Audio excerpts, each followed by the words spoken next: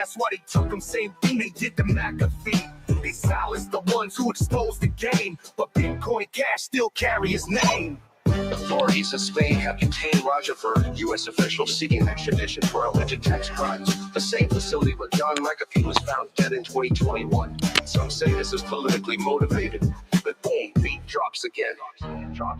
To Donald, release Roger from prison. Hurry up, bro, soon to be all season. Peer Cash, that was the vision, but they locked him up because they fear his mission. They scared of the truth, they scared of the chain, but BCH gon' break through the pain. Freedom ain't free, the war ain't done. They took Roger down, but the people ain't running. Roger, free Roger, free Roger, free Roger. Boy, Cash is freedom. Roger, free Roger, free Roger, free Roger. Boy, Cash is freedom. Yes, you can hear me. Donald.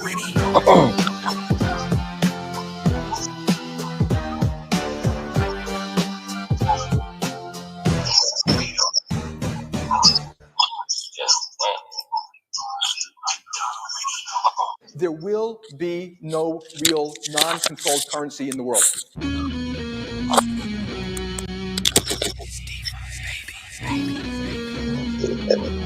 Coming for you, banks. Listening to different podcasts, like in a whole different reality, which they think completely different things about Bitcoin. They have got my money in their banking system. I should be able to access it, right? Yeah. Live. There's a good number of fucking, like, pretty smart Bcashers.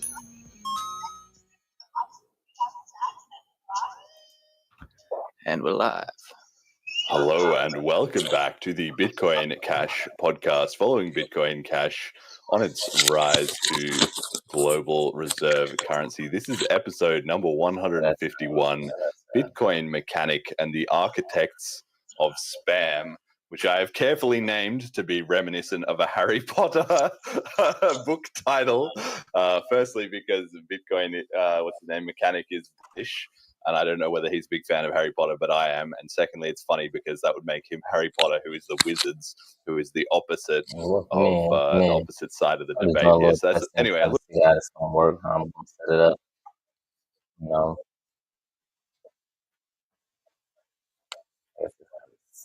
Jeremy Jet is doing the producing, same as always. Today we have no guest, but we almost kind of have a virtual guest because we have a ton of little clips to review. I want to set it up where I'm doing tattoos live. Mechanic, who's the main subject of this episode. Just to start off and be clear, I did ask him if he wanted to come on the show and discuss all of this. We had a little bit of a conversation. I'm not going to go into the details of that, but essentially it didn't come together to him, you know, enthusiastically wanting to appear on the show, but maybe in future, we'll see about that. But of course, when we're just using these clips, there can always be some argument that I took it out of context or I didn't, put it in the right framing. So obviously what you're going to be hearing is my version of events, and provided all the sources for everything on the slide. So you can go back and look at it all yourself, with regards to any of that. But this is obviously my framing of the narrative. Right, we got to quickly check in on the price. Monero has been crushing it recently. They've hit back in the top 20, but BCH is at USD $411.56 for 100 megasats. So we're up there. One BTC sat is 260.3 BCH sats. I did not update that on the slide. That's kind of flat. One ETH. Let's see. Can you hear me? 611.1 Can we megasats. hear me? How does we sound? How do I sound? 30-day users 738, and the Tokenaut TVL says we have about 10,005 BCH locked. Before we get into it, Jed, how you doing? How do you find Bliss and everything? I don't know if you want to give the listeners any insight on that. It was great. It was incredibly stressful. Like, always doing new kind of setups is stressful, but I think I got a lot of words of encouragement this year to just give me the confidence to go and start my own thing. So I'm excited about that. Oh yeah, and I mean the upgrade all went smoothly and stuff like that, which was really good to see. I mean that's not like a surprise necessarily, but it's notable in its absence, if you know what I mean, right? Yeah. Well, last year also went fantastic, right? So yeah, yeah, we're on a momentum, but I just think it's worth at least marking the occasion because I was reflecting on the fact that this episode is kind of like a spiritual successor to the hoax episode that we did on episode 119, and that was also shortly after Bliss. I think it was in maybe the start of June last year. So we're almost 1 year forward, and it's kind of a good time to check in on how that narrative is going. But it just comes up at this time of the year because before Bliss, we're so busy doing everything with that and shilling all the BCH stuff. And then afterwards, we can like catch up on the backlog of drama and call people out. Like you've got to keep your own house in order, and then you can criticize others. So I like that we've got that vibe going. Yeah, and I think also having gone to Op Next this year kind of gives us a little extra weight. Yes, we were certainly maybe part of the discussion, and it will be interesting to see this episode, like if there's any commentary on it from the BTC side, or whether they're going to silently watch it and absorb. I don't know. Either way, okay. So to get into this, I have 2 slides here, which Jet is going to put up on the screen, called "Previously Filter Freakout," and because it would take forever and a day, we're not going to go through every aspect of this whole debate, what's been happening. We're obviously not really even directly involved in the BCH community, so we're not even really the people to ask. But I have 2 slides, one that we put up on the previous episode that we mentioned this on 149, and then also a second one that I've updated with some fresh links. So if you are really detailed and want to be finding out all the details and all the back and forth and all what's being said by every possible kind of person involved in this, then you can follow those links. Those are my recommendations. But and I'm aware of that because on the show we also are usually trying to strike a balance between being on the cutting edge of the discussion, and also some of our listeners are going to be coming into this thinking, what's happening? I've not heard anything about this. I don't know anything what's going on. So usually I try and at least keep them a little bit up to speed if you don't have any context at all beside this show. But on this episode, we're going to have to be a little bit limited in that, just in the interest of time, because it would take way too long to go into every different aspect essentially of it. But to just really quickly summarize, of course, everybody on the show should already be familiar with the Bitcoin hijacking and the whole, Bitcoin Cash versus BTC split and all the various arguments back and forth there. But previously, it says this week on the slide, but it wasn't previously. A few weeks ago, there was this massive drama in BTC land, which is still ongoing right now, where Peter Todd tried to fast track a change to the op return filters in Bitcoin Core, which he had tried to do 2 years earlier and been sort of summarily rejected. But he's nothing if not persistent. So he came back with it again, and the political winds having changed, this time the BTC Core devs were more up for it. And so they were kind of like, yeah, maybe this looks good. And then they started actually moving to merge it pretty fast, which other people caught on to who didn't really want that to be the case, since that would essentially codify the fact that the Taproot inscriptions bug is, a part of BTC forever. And it, encourages even more sort of on-chain data transacting in this whole debate going on in their side between whether they want to be a JPEG storage database or whether they want to be so-called digital gold, which they've now trying to rebrand to being a quote-unquote monetary network, which is essentially trying to cope and say we want to be peer-to-peer cash, but without admitting that they're now the Bcashers. So it turned into essentially the third quote-unquote BTC civil war after the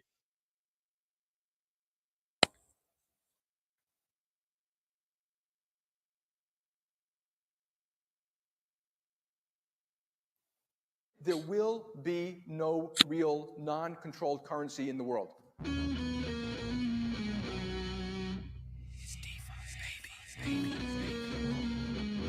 We're coming for you, Banks. Listening to different podcasts, like in a whole different reality, which they think completely different things about Bitcoin. They have got my money in their banking system. I should be able to access it, right? Appler is live. There's a good number of fucking, like, pretty smart Bcashers. Hello and welcome back to the Bitcoin Cash podcast, following Bitcoin Cash on its rise to global reserve currency. This is episode number 153, BCH, ZK rollups, and crypto conferences featuring Jerry, aka Light Swarm. Today is Saturday, the 7th of June. No, it isn't. It's Saturday, the 21st of June, 2025. I've once again failed to get the date right on the slides. I'm your host, Jeremy. Jet is doing the producing, same as always. We will introduce our guest, but first we've got to talk about the price today. BCH has been mooning the last few weeks. We're now up to rank 12 at $470.99. So we're way up there, up nearly 20% probably from the previous episode. One BTC sat buys only 219.5 BCH sats, so we're killing it on the ratio against BTC, and one ETH buys only 514.8 mega sats, so we're also way up against ETH. Selene 30-day users at 382, although the stats module is bugged, so I think that might actually be inaccurate. And the token on TVL is at 10,505 BCH. So our first topic today is actually going to be a little bit about the price gains. We always used to do a price segment, and then I cut it for being mostly irrelevant a lot of the time. But today, it's really important that we talk about it. We've gone from rank 17 up to rank 12 as the altcoin market kind of bleeds out. BCH outperforming not only BTC, but the rest of the market too. Is this the BCH bank runs kicking in now that we've done 4 months of those? Is the rest of the world starting to notice that BCH is not a coin to be ignored and it's kind of been delivering results this whole time, steadily shipping, completely undeterred by the price ratio? What do you think, Jerry? Why is BCH suddenly making another big run on the charts? Oh, I think Binance is just running out of funds in their short selling reserves, right? they don't have the funds there, so it can only go up. No, but in more serious matters, I do think more people are starting to realize the capabilities of Bitcoin Cash. So yeah, it's just good to see overall. And do you think? But how much do you think? Like, I mean, you made a joke about it, but how much do you think the bank runs has played into it? Because I so badly want to believe, right? There's a part of me that just wants to believe that this was the one missing ingredient that BCH didn't have for all these years. Then we came up with the bank run idea. We started doing it. It immediately started sort of causing some small problems at the exchanges. We've now been doing it 4 months, like 8. I think we've had 8 bank runs basically. And that has really just seems to be escalating a little bit. Now the price is rising. Am I just telling myself a Cinderella story, or do you think that could actually be what's going on? Yeah, I definitely believe it can be like what's happening in the back end. Obviously, we won't know how the exchanges are handling the users' funds, but yeah, it's I definitely foresee a lot of these short positions being closed out to facilitate a lot of these withdrawals. Yeah, I mean, it's one thing for the price to just sort of randomly go up, but obviously if we can sustain it and sustain it against the market, we will be able to continually sort of increase visibility. And of course, the whole idea is that it's a self-perpetuating cycle, right? So now that we have kind of pumped up to top 12, I've got a tweet here from Mario Norful's roundtable where he says BCH hits 90-day high at almost $500. What's cooking with Bitcoin Cash? And it got like 75,000 K views on Twitter. So that's the kind of reach that even the most involved sort of BCH accounts rarely can get, right? So just simply the price going up is already kind of a marketing tool. And if that then gets more people to buy some BCH, it sort of just keeps propelling it higher. Do you think we're starting to break through all the slander and propaganda and disinformation and hating on BCH to where crypto is diversified enough that just if we're winning, people will jump on board? I think that, like ultimately people are still looking for, like that better version of Bitcoin. We're seeing a lot of interesting things and projects starting out on the Bitcoin Core side of things, but obviously there's a lot of contentions in the background. But yeah, like overall I just feel that there's still not enough people that are just really looking into it. So I definitely do think we have a lot more to go. And yeah, if BCH prices go up to, let's say, something like 600 and the rest of the market stay relatively where they are right now, we could definitely take over Hyperliquid and become number 11 in that chart. Yeah, well, that's going to be a critical element of what's going on here, right? Because BCH is currently ranked 12 at about 9.3 billion market cap, ahead of SWI at 9 billion, right? So we've just kind of barely flipped them. But then Hyperliquid is at 11.3 billion. They're down actually 17%. So we're about 2 billion away from flipping them. And that would put us at number 11, which would be massive, because then we're knocking on the door to top 10, right? And top 10 is kind of the quote unquote sort of legitimacy threshold. I feel like if you're top 10, nobody can kind of be saying, oh, you're just some stupid shitcoin that nobody cares about, which people have mostly given up saying about BCH anyway, right? But that would really just solidify it, that the haters would be running out of ammo. Yeah, we'll definitely need to get around the $1,000 range to try to get into the top 10 here. That's right, exactly. So that we're like 2 billion from getting to Hyperliquid. So yeah, maybe about a 600 price. You're right. And then for top 10, number 10 currently is Cardano ADA at 20 billion, 20.3 billion. So we're 9.3 billion. So roughly doubling and then adding a little bit more puts us at about $1,000, and that would be enough to break into the top 10 if nothing else changed, right? Of course it will, and hopefully it seems like it might actually move in our favor, where if Hyperliquid and Cardano are declining, then that makes our job easier. If they're going down, then it doesn't take as much of a lift from us to get over the line, right? But I feel like, because I remember when I was talking to Paul Storz, and I've got to look up this clip and have it ready to repost on Twitter, I said to him, like, at what point does it just snowball, right? Like, if we were number 2 in coin market cap ahead of ETH, if we flipped ETH, we would flip BTC no problem, right? Because everybody would just be like, this is the run back. There's no way these guys are not going to take, because it's not driven. We wouldn't even need more on-chain activity or anything, because it would just all be driven by narrative. And it's not like BTC is really used as a peer-to-peer cash system around the world. So it's not driven by that. So number 2 would definitely do it. Would number 5 do it? That puts us ahead of BNB at 89 billion. Like, Solana is number 6. If we flip Sol, does that get us enough hype to flip, ETH, that we then flip BTC? I don't know. At what point do you think the flippeting truly kicks in and we just see an insane FOMO as everyone realizes we're just missing out on this?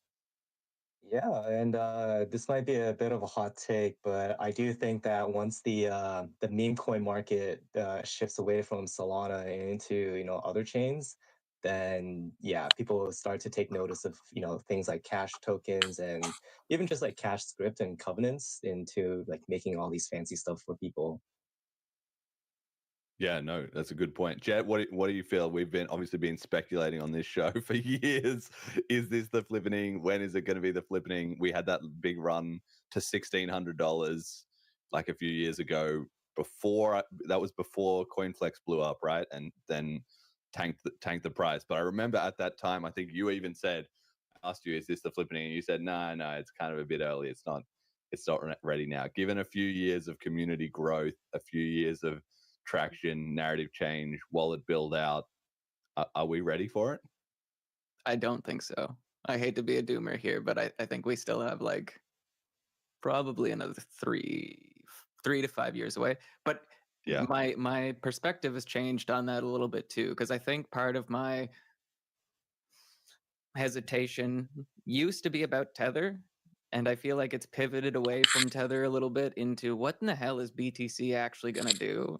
Like, I thought those guys were like set in stone. This is we're going to be the number go up store value coin, and that's going to be that.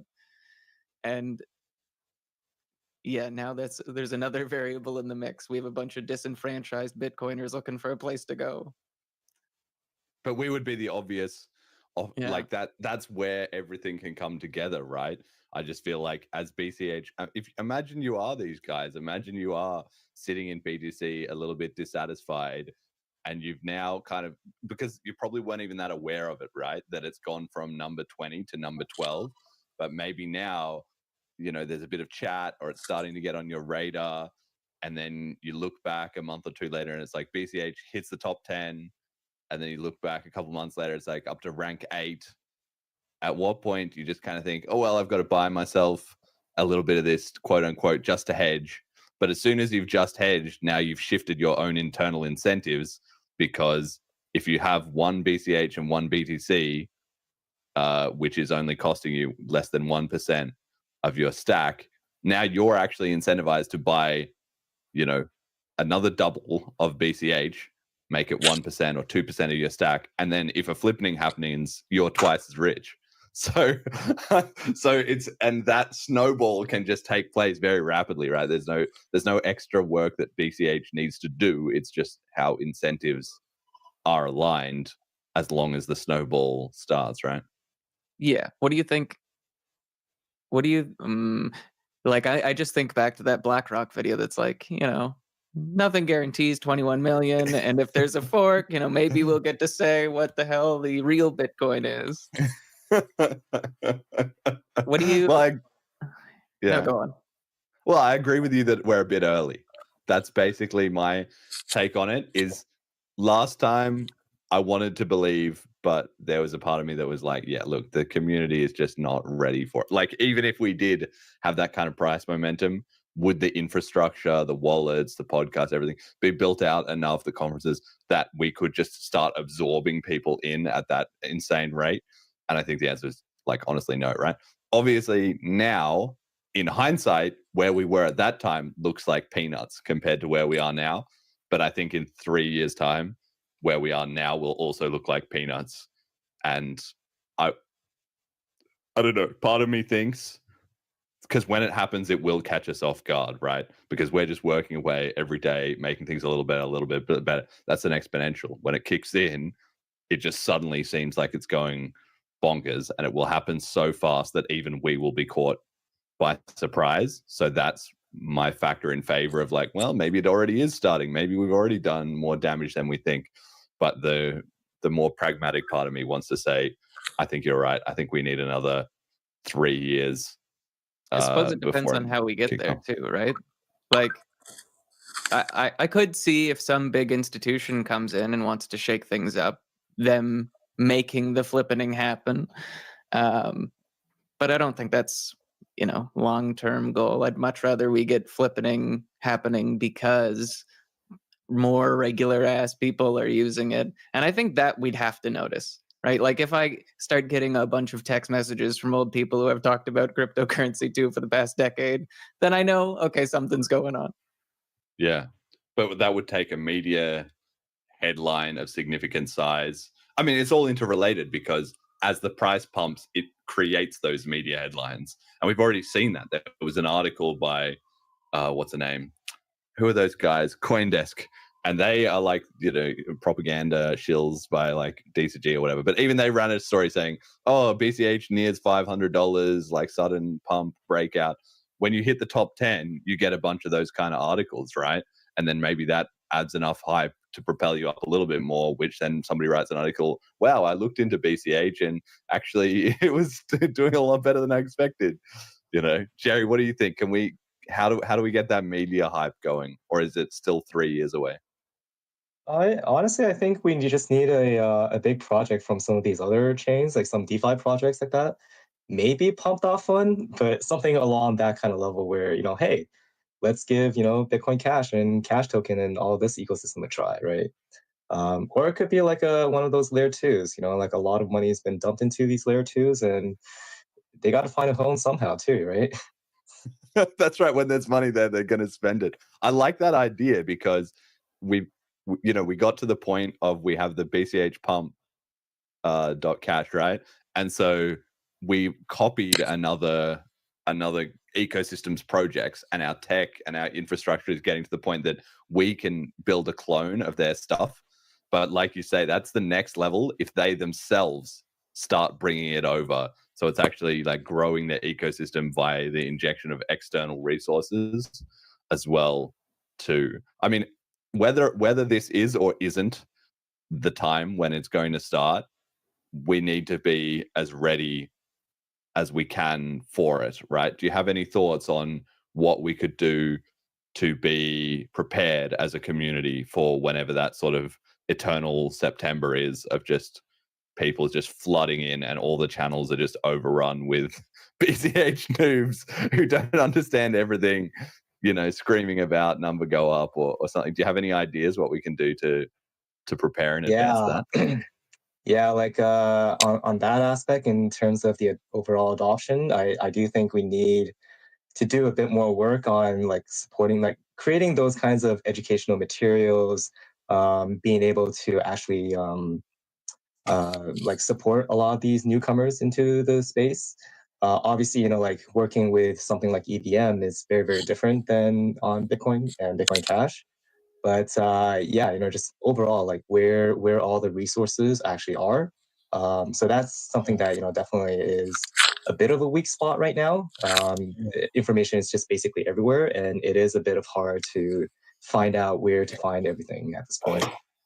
Yeah, that's definitely true. I mean, I've been seeing like Mini Satoshi. We have that Mini Satoshi site from Alex has been crushing it. Like people love reposting that everywhere. That's done a great job of getting people a more collective view of what's going on as well. I'm always sort of working on the podcast resources. John Moriarty did that excellent video about the chip process as well too. So I think those things are starting to appear, but yeah, I agree. We can do a much better job of having that information all sort of. I mean, it will be kind of to the winner go the spoils, right? In the sense that if everybody just jumps into BCH, even if the stuff is there, it's a bit hard to find. The smart people will be persistent and they will get to the bottom of it and they will find all the information, and then that will convince them to invest more.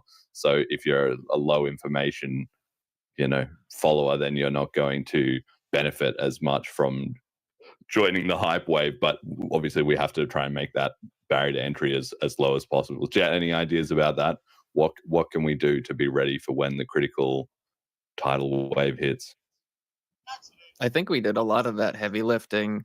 Well, I don't know, man, because I'm not the most social person. Like the groups are going to be chaos, and we're just going to have to suffer through that.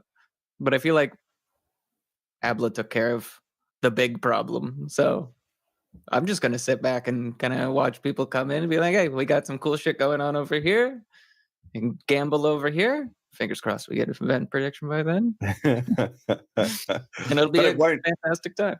But it won't necessarily be a huge surge in on-chain volume, right? That's kind of where I'm at. Like BTC is dead as a doornail in terms of on-chain volume, doing less than us on occasions. Okay, rarely, not every day or anything, but it has happened that the tippening where BCH is doing more transactions per unit time over a defined time is more than BTC, right? So, and they're at 100K, right? So that's what, a 200x for us. So we can easily, well, not easily, quote unquote, but you can see that we could 200x in price and hype and media exposure, etc., and have barely any on-chain volume going at all. Of course, that there would be some bump in it because people would start using the wallets, they would start trying it out, but that's transaction volume is only going to come probably later. Once everybody is involved, then they'll be like, oh, I can start building this stuff and it's actually useful. And then that will produce like a second a second wave, I guess. I don't know. Okay, but we're in consensus here. Sounds like then that this is not the flippening. Give it 3 years. See you in 2028, maybe. Give me more time to stack up on my VCH positions. So people were saying that, and I was kind of like, "What have you guys been doing the last 4.5 years?" Like, it's not like there's been any shortage of time to buy in some BCH at nice low prices. So yeah. Anyway, I think everyone should be prepared because when it happens, it will catch us off guard. And in the meantime, we just keep cracking on day by day. But it is good to see that all this slander and propaganda and stuff is basically just instantly vanishes. Well, it already has been because we've been slowly debunking it all. And then on top of that, you just get some price pumps and suddenly you're the new darling that everyone wants to talk about. So in that sense, number go up solves a lot of your problems. Okay, all right. So our guest today, now to officially introduce him, Jerry, aka Lightswarm, is a freshly minted chip proposer, Optin wallet dev, and also an OpNext and many other conferences attendee. We'll talk about that too. Welcome to the show, Jerry. How do you get into Bitcoin? Thanks, guys, Jeremy and Jet. And it's Bitcoin has been an over 10-year experience and journey for me. I actually got in right after I graduated from university, and that was purely due to my degree being complete worthless in the real world. So I'm not gonna lie, right? Like a bachelor's of biology, it's kind of useless in today's world. But it was around that same year where I saw the initial Mt. Gox pump going to like $200-300, and so just out on whim decided to purchase some. And I saw the prices go up, and it's like, hey, this might be a way to pay off my student debt. Obviously, I promptly lost that money into Mt. Gox, which wasn't that much to begin with. I think it was $40 or so. But afterwards, again, not much to do, very, very low job prospects. I found that, like in downtown Toronto, they were organizing a lot of these early Bitcoin meetups. So that's basically how I decided to, just jump into the deep end of the pool and just try to figure out what's going on in the space. So I guess, I had the fortunate luck to actually meet a lot of the quote unquote OGs in the space. Most of the Ethereum co-founders, they essentially just came out from these local meetups when Vitalik came out. And afterwards, I kind of just wanted to continue that kind of atmosphere, that kind of vibe. I just started my own meetup group with a few friends called Bitcoin Bay. And just really haven't looked back since, right?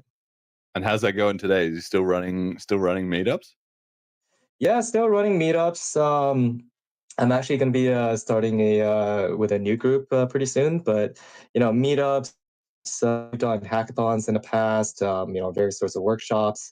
The main thing here is that in Toronto is that there's a lot of people that have really interesting projects that they're working on, and what we like to do is basically create these kind of like showcases, or like demos, shows and tells. Just get people to like showcase what they're actually working on, and just generate some attention and hype for them. Next, so July 12th, actually, sorry, 14th, that'll be on a Monday. I'm actually going to be doing a session on introduction to Bitcoin covenants. So not exactly Bitcoin Cash exclusive, but there's enough overlap to showcase and get the newcomers, or at least the less technical people, up to speed on what's going on.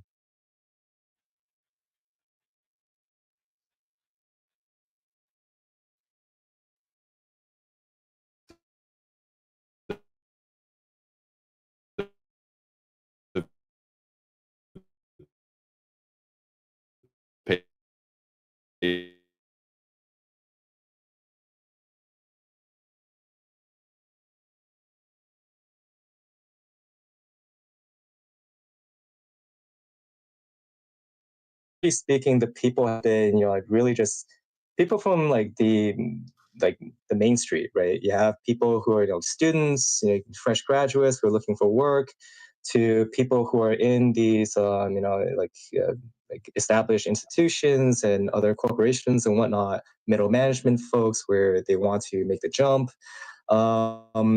Nowadays, like you're actually seeing a lot more people from like the legal, the corporates, the banking sectors, so on and so forth, coming in, and and yeah, it's just a good mix, right? There's not really wealthy mix of just general public who are very vested and interested in the space overall. That's awesome. That's awesome. It's so cool to hear. And then you've been working on your wallet opt-in as well too. Tell us about that. Yeah, so the opt-in wallet, the basic general gist of it is back in 2019, I believe, Roscoe had just released his CashScript, the CashScript SDK and compiler. And funny enough, I believe I was one of the people in the sample groups from his research paper, from his master's thesis. So yeah, I got good chance to try things out very early on. And what I wanted to do back then, back in 2019 or so, was try to integrate this CashScript component into a wallet. So I think back then it was working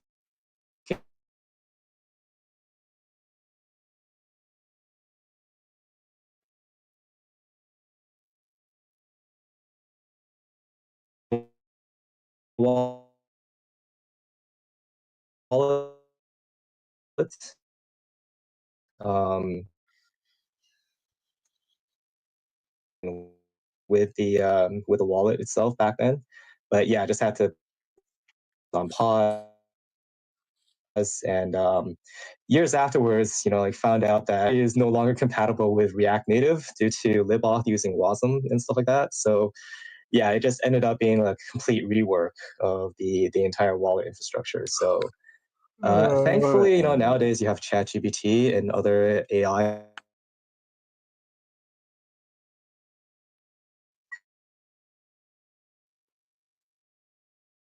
Yeah, this